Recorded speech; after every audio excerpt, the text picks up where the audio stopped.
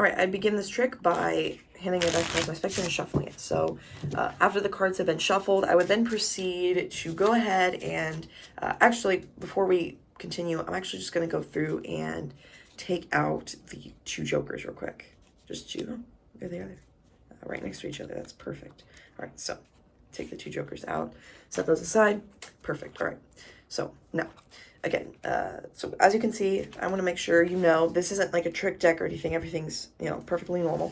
But what I'm actually going to do is I'm going to spread these cards out, and I'm going to make a prediction. And while I'm making this prediction, I would have my spectator take 10 cards out, any 10 cards of their choosing from this, from the cards here. I'd have them take it out. Okay, and so what I'm going to do, I'm going to first, while they do that, I'd write down a prediction. Unfortunately, I don't have a spectator here, so I'm going to have to go ahead and make my prediction.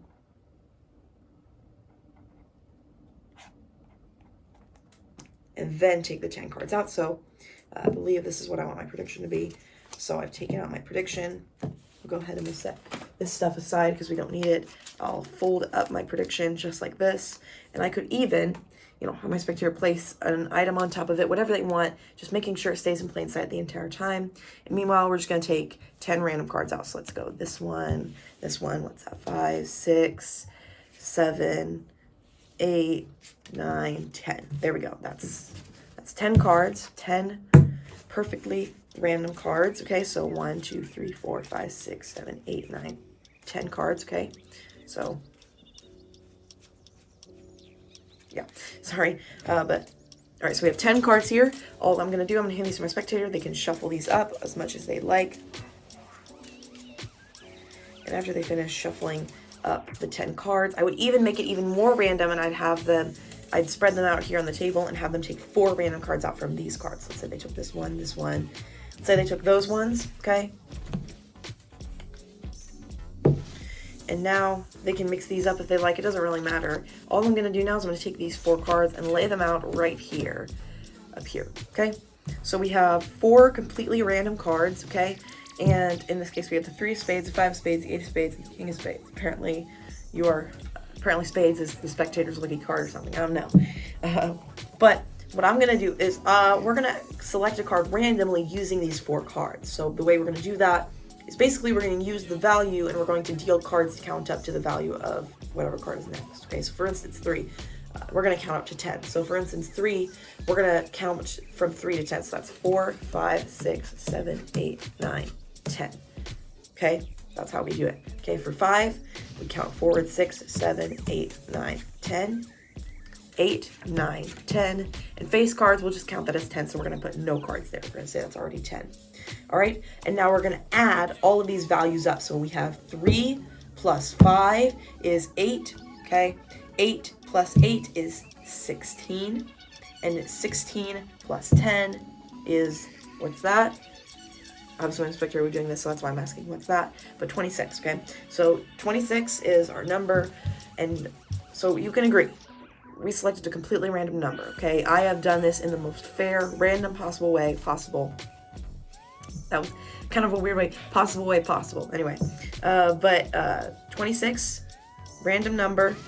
And now look, if we count down to the 26th card. 1, 2, 3, 4, 5, 6, 7, 8, 9, 10, 11, 12, 13, 14, 15, 16, 17, 18, 19, 20, 21, 22, 23, 24, 25. And as you can see, 26th card, completely random. You could have had literally any one of these cards. Any one. But you chose this card right here. As you can see, this card is the 6 of clubs. And you can agree, this prediction has been in plain sight the entire time. You can go back and look at every frame of this video. There is no moment where this post-it, folded up post-it note has moved. But as you can see, I managed to predict 6 of clubs.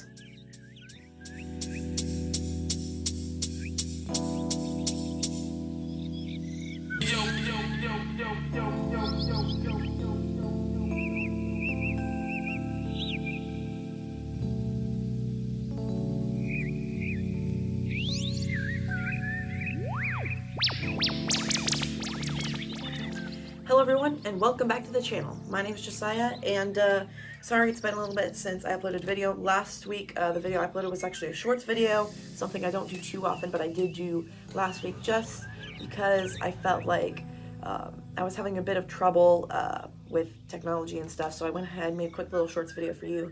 Hope you enjoyed that. That's something that I'm going to be teaching in my next video, so stay tuned for our next video. What I taught in that shorts videos we'll be teaching in that next video, but today we're going to be learning another card trick. Obviously, it's the Card Magic Academy. That's the main thing we teach. But this one is very cool because this used to be my go-to effect. And what I mean by that is if someone were to ask me, what trick would you perform if you could perform, if there's only one trick you could perform, what's the trick you would perform? I would have performed this trick, okay? A while ago, for the longest time, if I had a deck of cards on me, I would perform this trick because all I had to do was get something to write with, something to write on, and I could perform this very cool trick, okay? And what I love about this trick is how random it is, because it's a completely random selection that feels so fair, and yet you're able to predict exactly what card the spectator is going to pick, okay? I was going through and looking for some ideas for what I could teach today, and I thought, I remember when I had this, when I used to perform this trick all the time, and I want to teach that to you guys because I don't use it too often anymore. My go-to tricks, my preference of tricks have moved on from this, but I still love this trick so much, and I want you guys to have the ability to perform it too. So anyway, without further ado, let's just get into the tutorial. Oh, also, before we continue, I wanted to mention this new little setup here. I decided to try something new. I'm recording with a different camera than I normally do. I'm actually recording with my phone, which actually I want to know, do you guys think this is higher quality than normal? What do you think? Just think about if you like this better. Just let me know if it looks better, if it sounds better, what you think about stuff. So yeah, anyway, now let's get into the tutorial. All right, in this tutorial I'm going to be using the Hudson playing cards by Theory 11. Yeah, link in the description if you want to check these out. But anyway, here's basically how the trick works. So what's interesting about this trick is that it is very much a mathematical card trick. Okay, what I mean by that is that as long as you follow these steps, it works out. This is not a sleight of hand trick. This is a mathematical trick.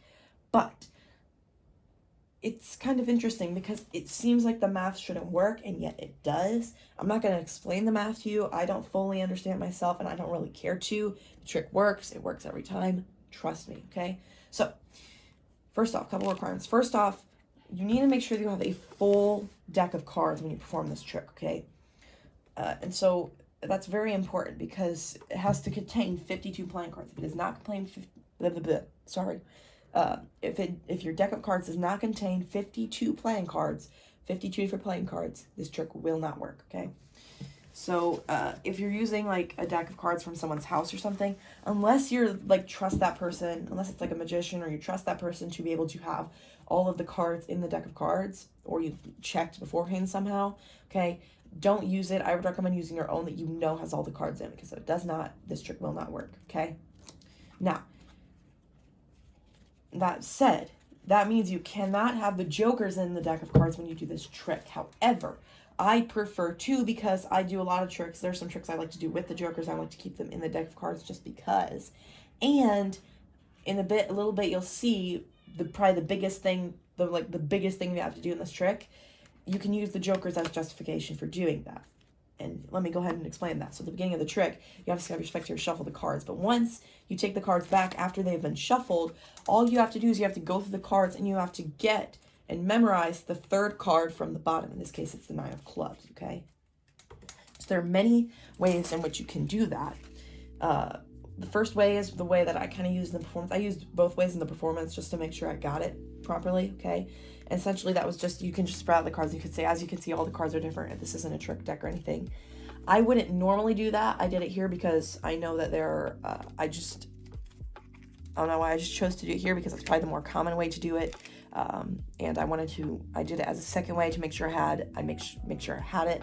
Normally, I wouldn't do that though, because first off, normally when you're performing for spectators, they don't know there's such a thing as a trick deck of cards. They don't know that there's such a thing as a deck of cards that's been gimmicked so that so that a magician can perform a specific trick. They don't know anything like that exists, okay? So it's important not to give them some type of explanation for something a magician does without knowing it, that you actually gave them a method, okay?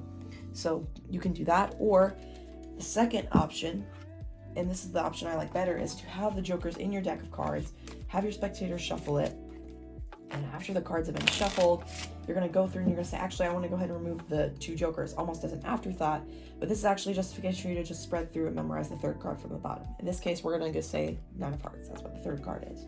So you go through, you take out the 2 jokers for real. That way the trick works. The math part of it works at least. You take this out, you set it aside, whatever, okay? Then you're going to turn this over and you set it down real quick. And what you're going to do, you're actually going to spread this out on the table in front of your spectator, okay? And when you spread it out, you're going to invite your spectator to take any 10 random cards out that they like. It can literally be any 10 cards from the deck, except for the spectator cannot take any of the 3 bottom cards. These 3 cards have to stay in the same order because you have to make sure that this card that you memorize stays 3rd from the bottom. So there are a few ways to do that. Probably now, obviously, most of the time if you spread here, there are 2 subtleties that I use to make sure that this works, okay? The first subtlety is that I don't spread everything, okay, like I did in the performance. I don't normally do that, okay? I just did that in the performance to make it, look better on camera, okay? I'm gonna be honest, I just did that because I wanted to make it look better on camera, and I knew I was gonna do it, okay? But normally when I do this, I try to spread, but I only spread like the top half of cards. I purposefully leave the bottom half kind of clumped up. That way the spectator is going to be kind of forced to take a card from here instead of awkwardly kind of coming down here and trying to go through them, okay? Because no one, socially, just due to the socials of it, okay, no one's going to want to come down here and try and, sort through this clump of cards to get cards toward the bottom. They're just going to get what's easiest to grab, okay? And secondly, the second subtlety I use is when I gesture with my hands, okay? When I say you can pick any card, okay? What I'm doing, I'm purposely going to gesture toward this top section of cards. I'm not going to gesture everything. I'm just going to gesture part of it. This psychologically works most of the time. It does psychologically actually help to convince your spectator to take cards from this. It is scientifically proven that does actually kind of help to work. But it's not the only subtlety you should use. Using the other subtlety of the clump definitely helps through it. This is just an extra backup in case the clump thing doesn't work, okay? And it's just nice to do it. It just feels good to psychologically influence people. It's not what that's just a fancy way of saying you're making people want to do that. Sorry for any of the background noise. Brothers are having fun on the video games as usual when I record these videos. But while they're taking the 10 cards out randomly, you're going to make your prediction. And your prediction is just going to be the card you memorize. That's 3rd from the bottom. So in this case, I'm just going to write the 9 of hearts. And I don't know how you can see that on camera, but I have written 9 of hearts, okay? And after you do that, obviously I don't want your spectator to see it, so you're just going to grab it, covering it up from your spectator. You set your Post-it note and whatnot aside, and then you're going to just fold up your prediction and set it down right here. And normally I like to have my spectator place the card box or something like that over top of it. Normally, you could also, like if you want to, you could set it here. This is something I like to do a lot, and I have my spectator place their hand over it. That way they cover it the entire time, okay? But either way, you're just going to leave that there, okay? It depends on your personal preference, whether you like to leave something in plain sight where it can be seen the entire time, or you like to have the idea of someone placing their hand over top of it. Either way, then you're just going to have the spectator take out 10 random cards. Let's see, how many is this? 1, 2, 3, 4, 5, 6, 7, 8, 9, 10. There we go, 10 random cards. You're going to set the rest aside for now, and the spectator can shuffle up these 10 random cards. This is what I love, is it's so fair. They can literally shuffle these up as much as they'd like. They can shuffle these in whatever way they prefer, okay? They just shuffle up these 10 cards, and then after you've done that, you can spread them out again, and they can take out 4 more random cards. They just take out 4 of random cards of those, okay? You're going to set those 4 cards aside, and now this is where some of the math part stuff's going to come in, some of the mathematical instructions. You have to, the 6 cards left, you have to place the deck of cards on the top of those 6 cards, okay? They have to, that way, and what that'll do is now it puts your memorized card 9th from the bottom, okay? Very important that you put those 6 cards that are left on the bottom, okay? Follow those instructions. From here, you can turn they can shuffle the 4 cards. It doesn't even really matter what order they're in. but you just turn them over and you put them in a row here for your spectator to see, and they can see these. Now you're going to deal the cards in the way I showed you in the performance. You're going to start at this number and count up to 10. Okay, so for instance, 2, we start dealing and we count 3, 4, so on and so forth, all the way up to the number 10. Okay, so basically the idea is, if you're not totally sure what that means, another way of explaining it is like basically you're going to subtract this number from 10 and then deal that number of cards down. So in this case, we subtract 2 from 10, we're going to deal 8 cards in a pile here. We're going to subtract 10 from 10, we deal 0 cards here.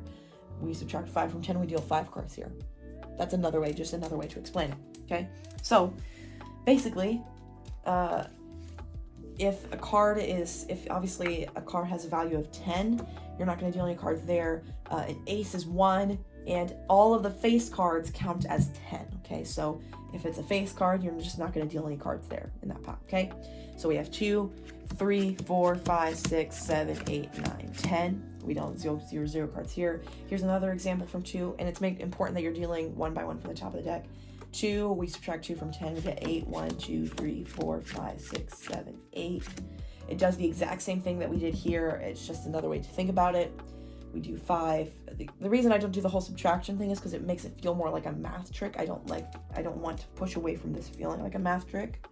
And then again, we go,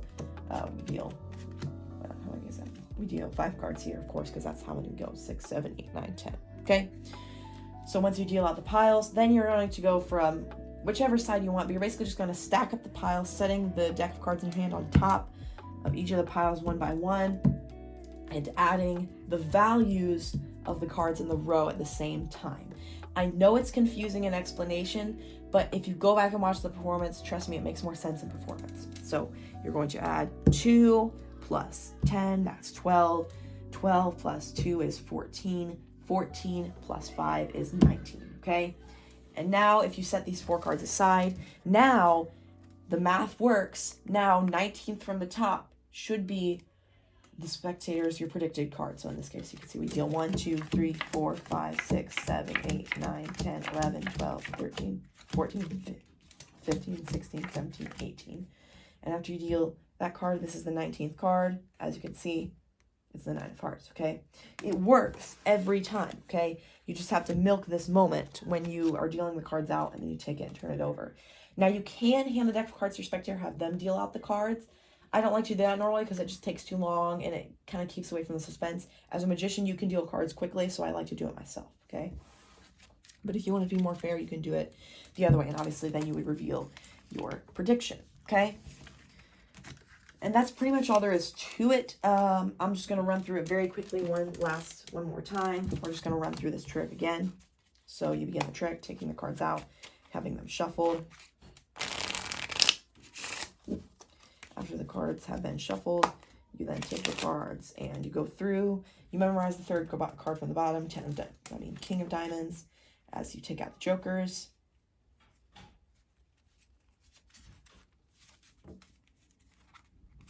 You set those aside. You spread the cards out. Use the subtleties we talked about. The spectator takes out 10 random cards. As you do so, you write down prediction, which is the card you memorized. The King of Diamonds.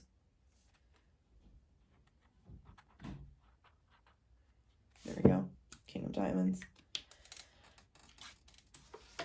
Obviously, you're going to take this off without your spectator knowing. Set everything aside. Fold your prediction up. Place it aside. Okay. Spectator takes out 10 random cards. So 1, 2, 3, 4, 5, 6, 7, 8, 9, 10. I believe that's 10 cards. Yeah, 10 cards. Okay. You set these cards aside. You have the spectator mix up the 10 cards. Take 4 of those cards randomly. Take the remaining 6 cards that you have in your left in your hand. Place those on the bottom of the deck of cards. You turn over the 4 cards. You use the counting process we talked about earlier. So in this case, we just deal 1, 2, 3, 4, 5, 6. None of the others because these are face cards and this is a 10. So we deal 0 cards there. We add them up. 4 plus 10 is 14. 14 plus 10 is 24. 24 plus 10 is 34. And now if we count to the 34th card, 1, 2, 3, 4, 5, 6, 7, 8, 9, 10, 11, 12.